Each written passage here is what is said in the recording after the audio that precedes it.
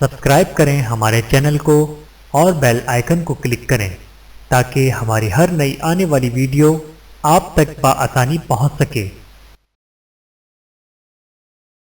بسم اللہ الرحمن الرحیم۔ السلام علیکم ورحمۃ اللہ وبرکاتہ۔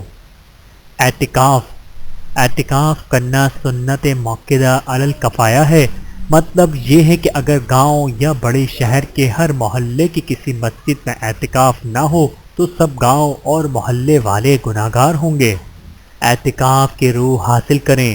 اعتکاف کی اصل روح اور حقیقت یہ ہے کہ آپ کچھ مدت کے لیے دنیاوی کاموں اور کاروبار حیات سے کٹ کر اپنے آپ کو صرف اللہ سبحانہ و تعالیٰ کی ذات کے لیے وقف کر دیں۔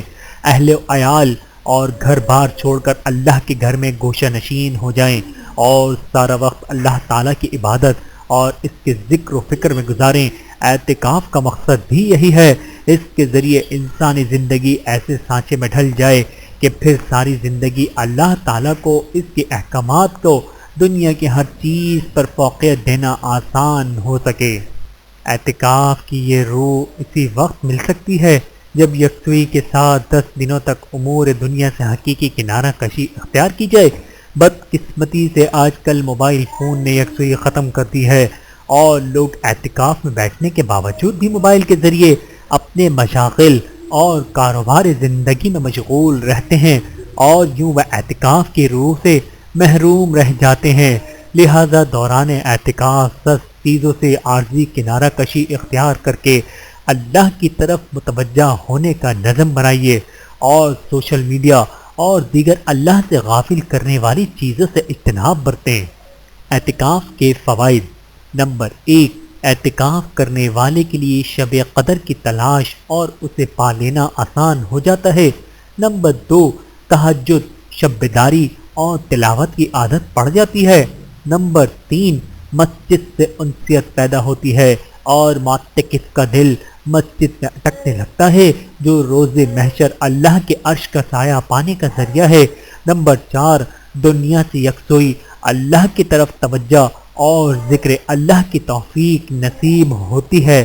نمبر 5، خلوت و تنہائی کے مواقع میسر آتے ہیں جن میں خطاؤں پہ ندامت کے ساتھ توبہ کرنے اور آنسو بہانے کے مواقع مل جاتے ہیں۔ نمبر 6، معتکف فضول گوئی، نفسانی خواہشات اور گناہوں سے بچتا رہتا ہے۔ نمبر 7، جائز دنیاوی امور اور مرغوب چیزیں چھوڑنے کی بنا پر دنیا سے بے رغبتی پیدا ہو جاتی ہے۔ نمبر 8، معتکف کے دل کی اصلاح اور دل میں فکر آخرت پیدا ہوتی ہے۔ نمبر 9، سنت سمجھ کر اعتکاف میں بیٹھنے والے کے دل میں سنتوں سے محبت اور عشق رسول صلی اللہ علیہ وآلہ وسلم کے جذبات پیدا ہوتے ہیں۔ نمبر 10، زندگی تبدیل کرنے اور اسے شریعت کے چھانچے میں ڈھالنے کا ولولہ پروان چڑھتا ہے۔ اللہ تعالی ہم سب کی تمام جائز حاجتیں، تمام جائز مرادیں پوری فرمائے، آمین ثم آمین۔ ویڈیو دیکھنے کا بہت شکریہ۔ مزید ویڈیوز دیکھنے کے لیے ہمارے چینل کو سبسکرائب کریں۔